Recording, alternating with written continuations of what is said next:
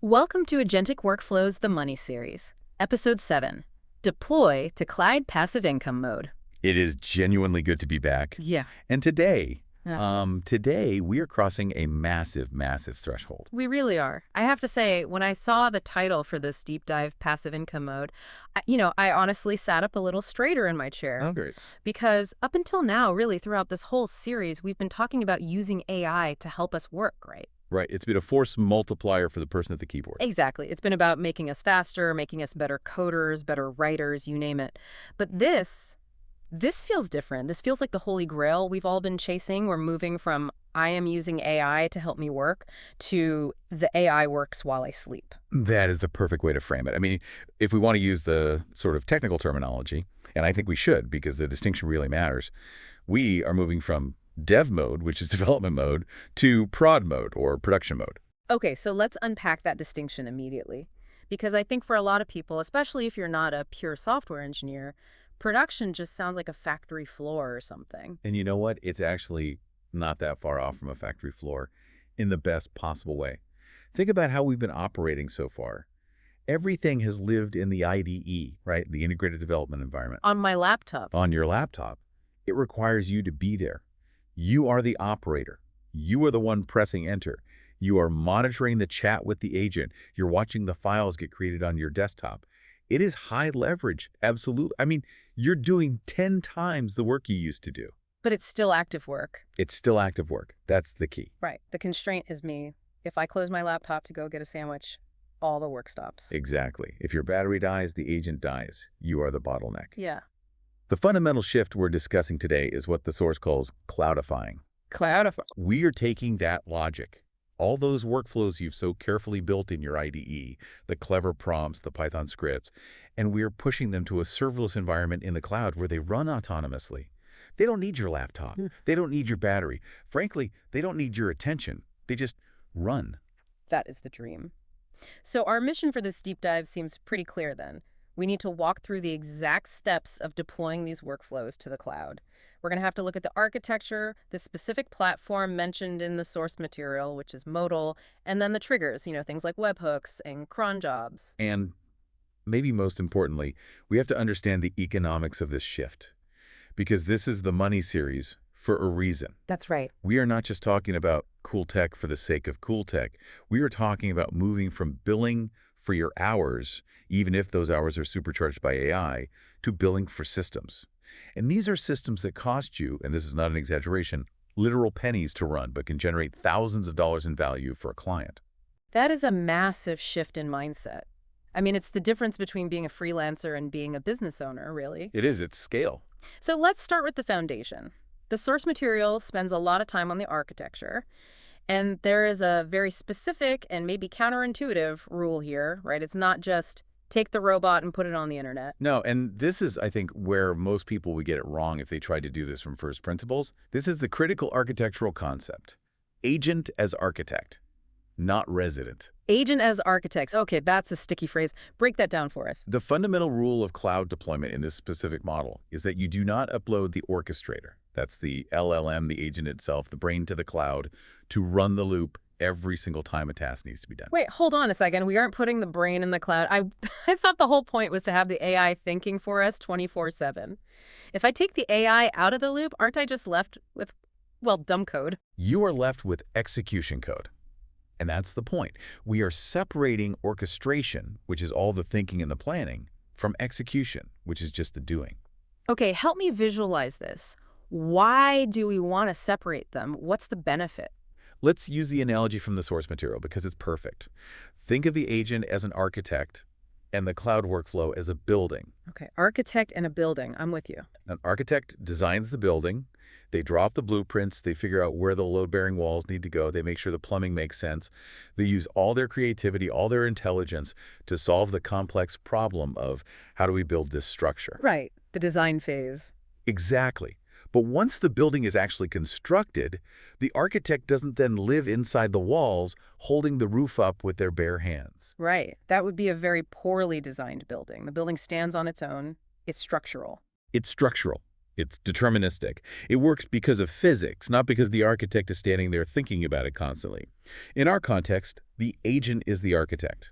It builds the Python script. It tests it in your IDE. Right. It optimizes it. But once that script works perfectly, once it scrapes the leads, formats the data, and sends the email correctly, every time, that script, the execution layer, that's the building. That's what gets sent to the cloud. So the deliverable from the agent isn't the answer, it's the machine that produces the answer. Precisely. The script is the building. The script is the final product of the orchestration phase. That's a really, really helpful distinction, but I have to ask the obvious question, why? Why go to all this trouble to kick the LLM out of the loop? Is it just because we don't want to pay for the tokens every time? Cost is a huge factor. It will definitely get to that. But there are actually three main reasons, and cost is arguably the least important one compared to the first two. It's reliability, speed, and cost. Okay, let's start with reliability. You have to remember what an LLM is at its core. It's probabilistic or stochastic. Right, we've talked about this. It rolls the dice. It's predicting the next most likely word. Exactly. So if you ask an LLM to do the same task 10 times, it might do it slightly differently 10 times. It might phrase an email in a new way. It might format the JSON just a little differently. It might decide, for whatever reason, to add a polite preamble like, certainly here is your data, which then completely breaks your database integration that's expecting raw data. Oh, that's a nightmare. That makes total sense. If I'm sending an invoice, I do not want the AI to get creative with the total due amount or the currency format. Precisely. Yeah. You want 1 + 1 = 2 every single time without exception. And scripts, well, they're deterministic. They do exactly what they're told every single time without fail. If the logic is sound, the output is guaranteed. For business processes, that's not a nice to have, it's a requirement. Okay, reliability check. That makes 100% sense. What about speed? The difference is just orders of magnitude. It's not even close. A well-written Python script runs in milliseconds. It's compiled, it executes, it's done. It's just local computation. Right. An LLM thinking loop, on the other hand, involves a whole chain of events. You have to make a network call to an API, send the prompt over, wait in a queue, wait for the model to generate tokens one by one, stream the response back.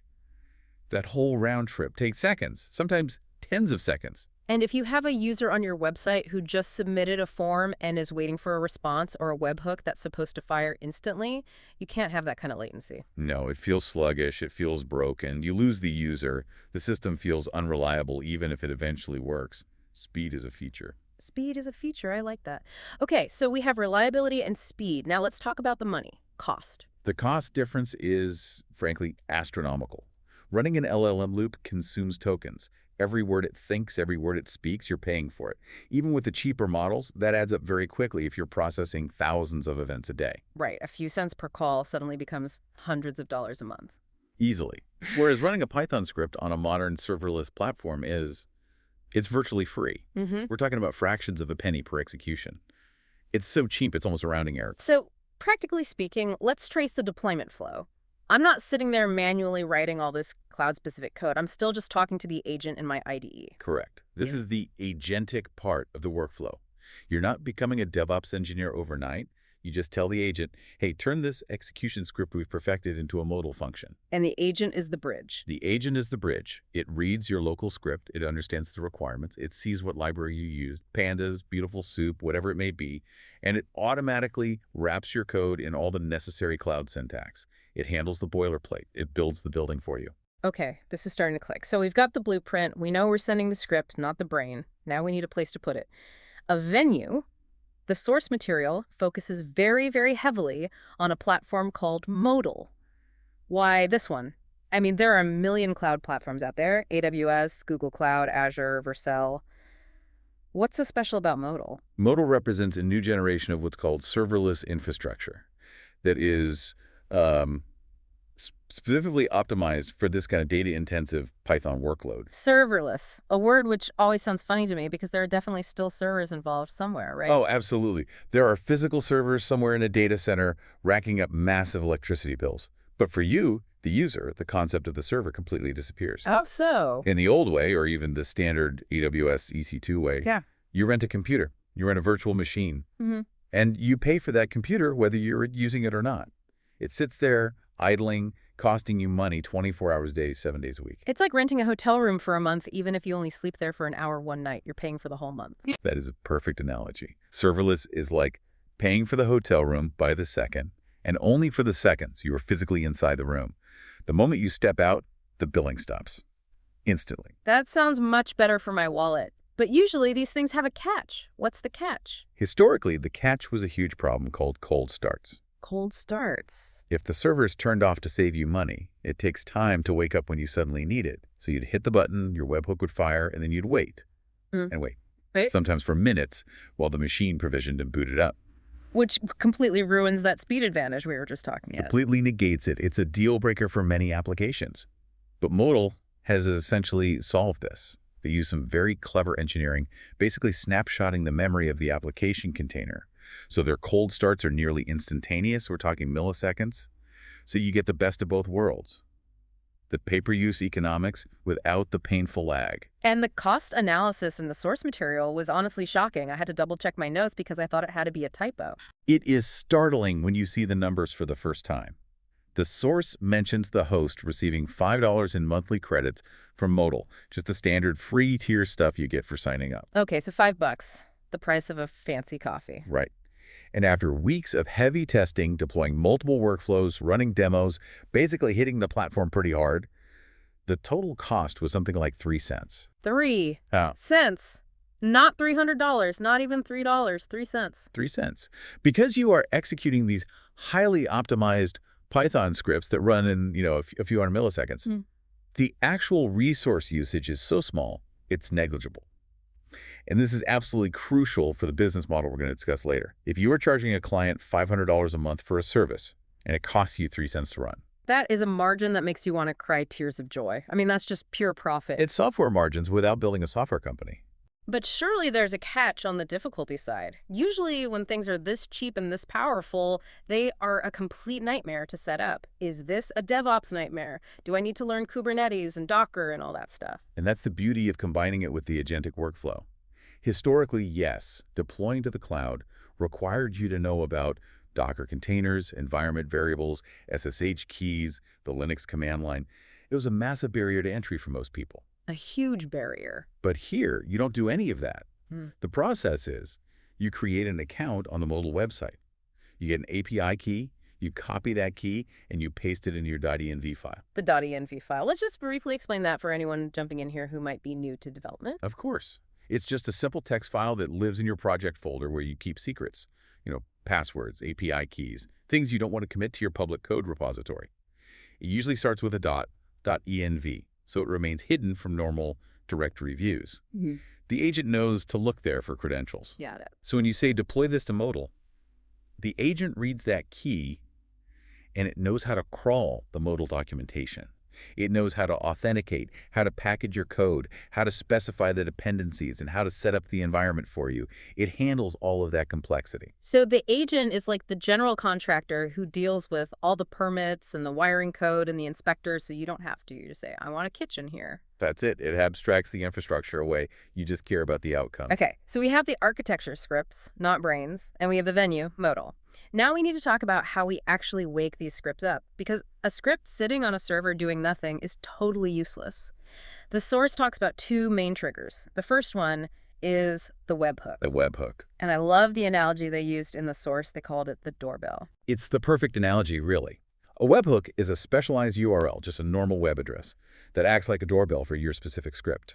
When you deploy a function to Modal as a webhook, it gives you this unique URL. It'll look something like https://cloud-orchestrator-something-something.modal.run. And what happens when someone rings that doorbell? When anything on the internet, another application, a form, an email service, sends an HTTP request to that URL, your script wakes up instantly, runs its logic, and then goes back to sleep. Let's make this concrete. The source used a proposal generator as the primary example. Can we walk through that? Because this is a very, very common business problem that people try to solve. Absolutely. So imagine you've built a workflow locally in your IDE. It takes a transcript of a sales call. It uses an LLM to extract the key pain points and agreed upon deliverables. It matches them to your standard pricing table, and it generates a beautiful, customized PDF proposal. A great workflow. Saves a ton of time, but it's manual. It's manual. Yeah. Locally, you have to copy and paste the transcript. You have to run the script. You have to wait. To cloudify it, you tell your agent, create a modal webhook for createproposal.md. And the agent does its thing, writes the wrapper code. Yes. It wraps your Python script and deploys it. Modal spits back that unique URL. Now, the magic is you can take that URL and put it anywhere. You could connect it to a Typeform. You could connect it to your CRM like ClickUp or HubSpot. So it fires whenever a deal stage changes to proposal. Okay, so let's trace the user journey. I finish a sales call. I upload the audio recording or the transcript to a simple web form. I hit submit.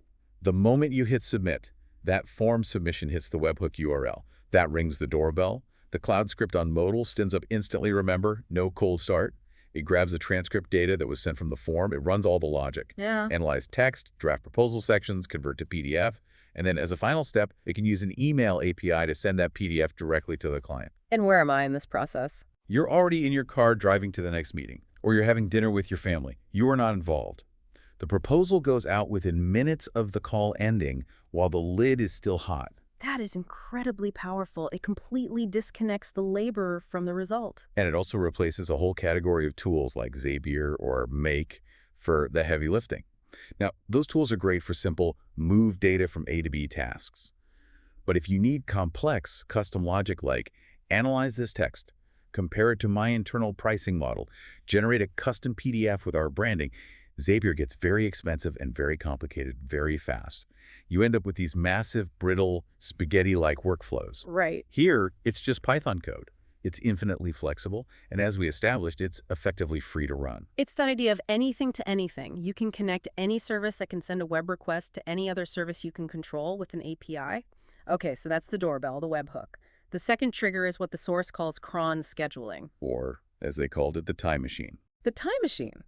I like that. But the word cron, it just sounds so technical and intimidating. Like a villain from a sci-fi movie. What is it actually? It's just old school technical shorthand for scheduling. It actually comes from the Greek word chronos, for time.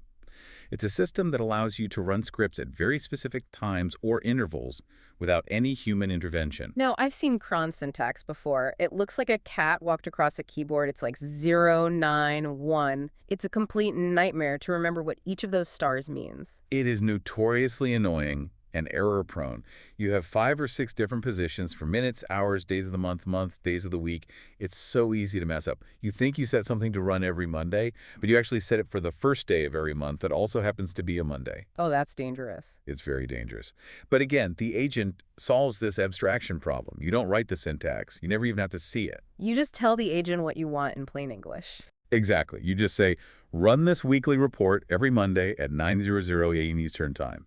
The agent understands that, translates it into the specific cron syntax, H091, and configures the deployment on Modal for you.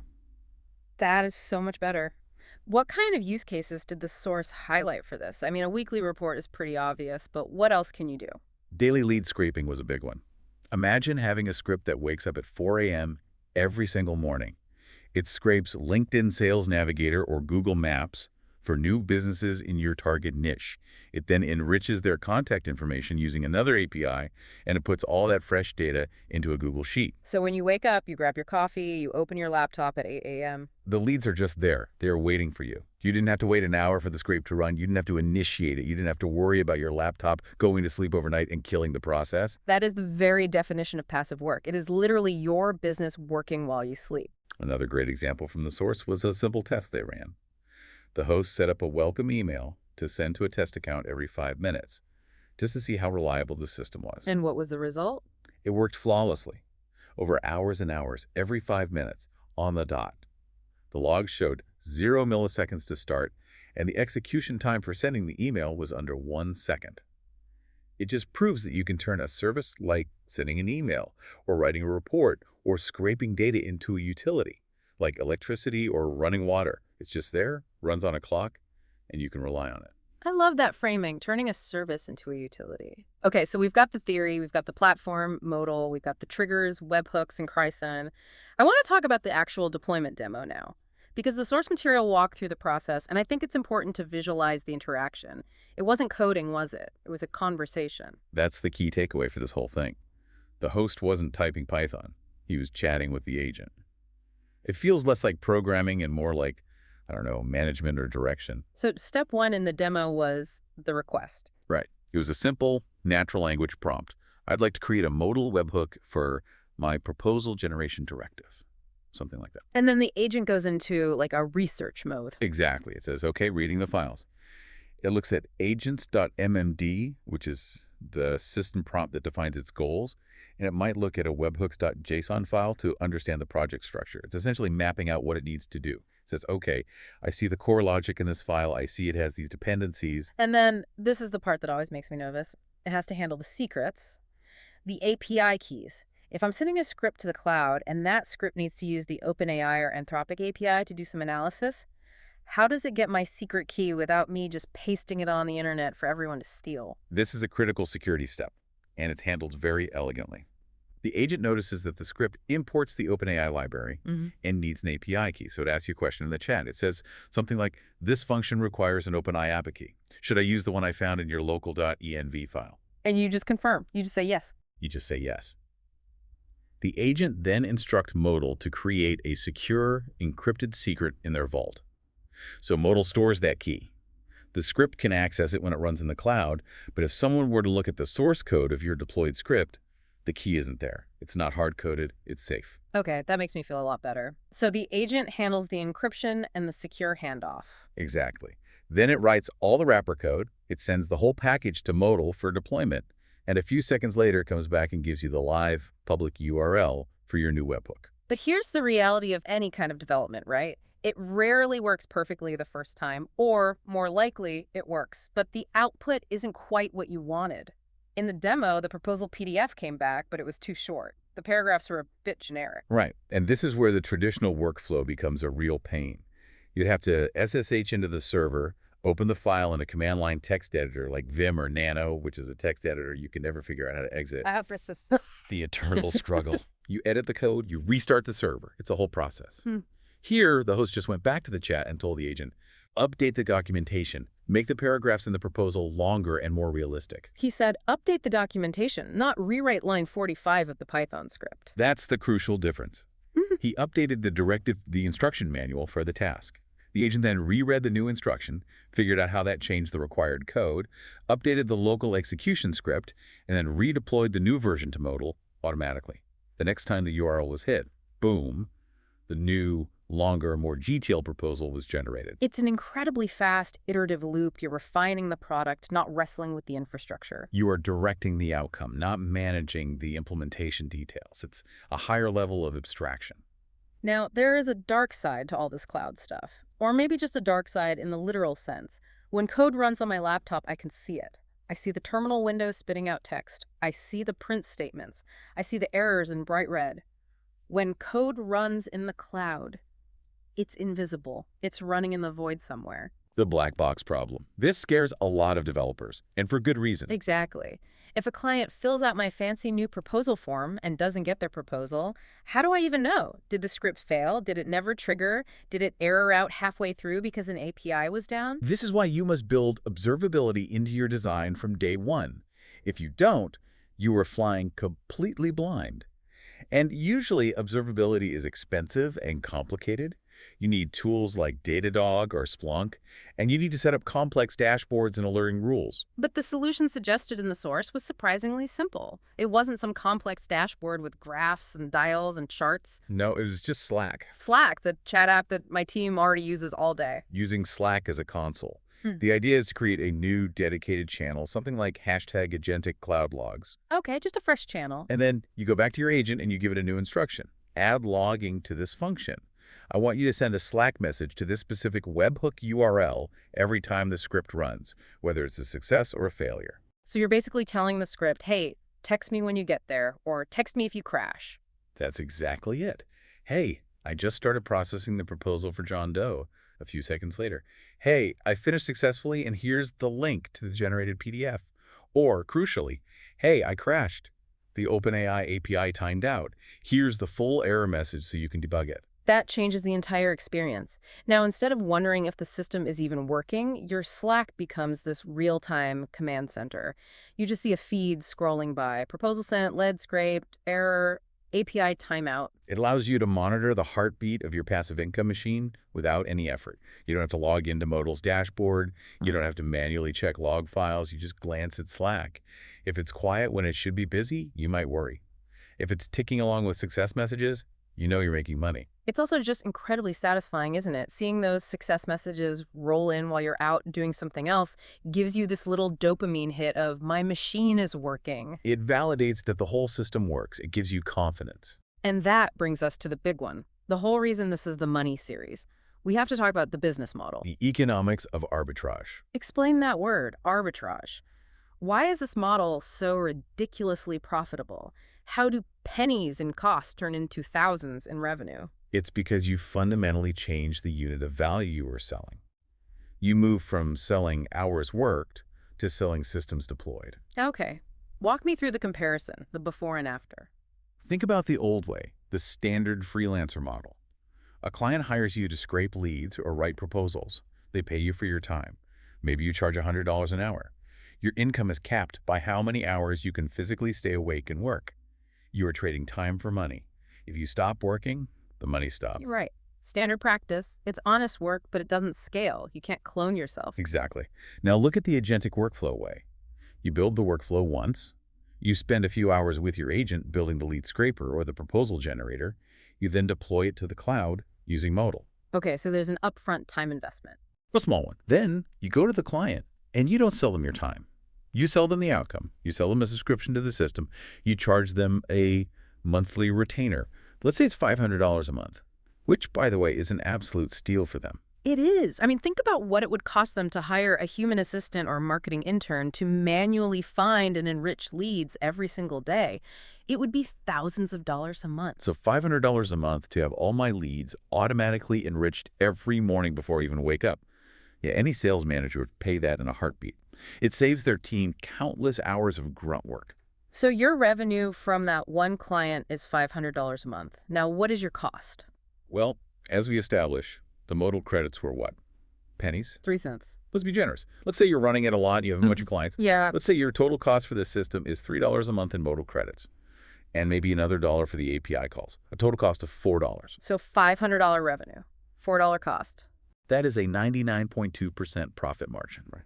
That is a pure software margin. But you didn't have to hire a team of 20 developers and raise venture capital to build a massive SaaS platform. You just built a single Python script with an agent. That is the arbitrage. You are selling the value of the output, the enriched leads, the generated proposals, which is very high. But you are only paying for the cost of the compute, which is near zero. And the beauty of it is, the client doesn't care how it works. They don't need to know that it's a Python script running on Modal that's being triggered by a cron job. They don't care about any of that. They just care that their CRM is full of fresh leads every morning. They care that their problem is solved. To them, it's magic. It just works. To you, it's a passive income stream. They never have to think about it again. And frankly, neither do you as long as that Slack channel keeps pinging success. It completely changes the developer experience, too. If you're the listener sitting there right now with your IDE open, your IDE stops being just a text editor. It becomes a command center. You aren't coding in the traditional sense of wrestling with syntax anymore. You are dispatching agents. You're saying, go build me a worker that does X. Now go build me a worker that does Y. Okay, deploy them both to the cloud. You are building a fleet of little digital employees that go live in the cloud and send you rent checks every month. Rent checks. I love that image. You're becoming a digital landlord. In a way, yes. You own the little digital factories that solve problems for people.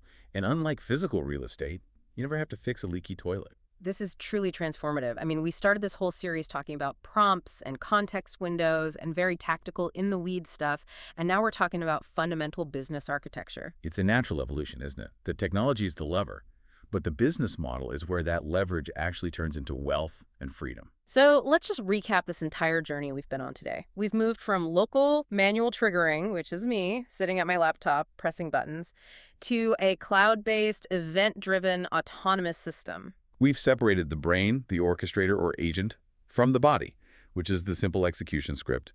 We keep the brain local for the design phase, and we put the cheap, reliable body in the cloud to do the actual work. We've used a platform like Modal to completely solve the infrastructure headache, turning a complex DevOps task into a simple conversation with an agent. We've used webhooks to connect our scripts to the real world, to forms, to emails, to CRMs, and we've used Cron scheduling to automate them on a clock, turning manual services into reliable, invisible utilities. And most importantly, we've built a business model around the massive arbitrage opportunity between the value provided to the client and the near zero cost of the compute.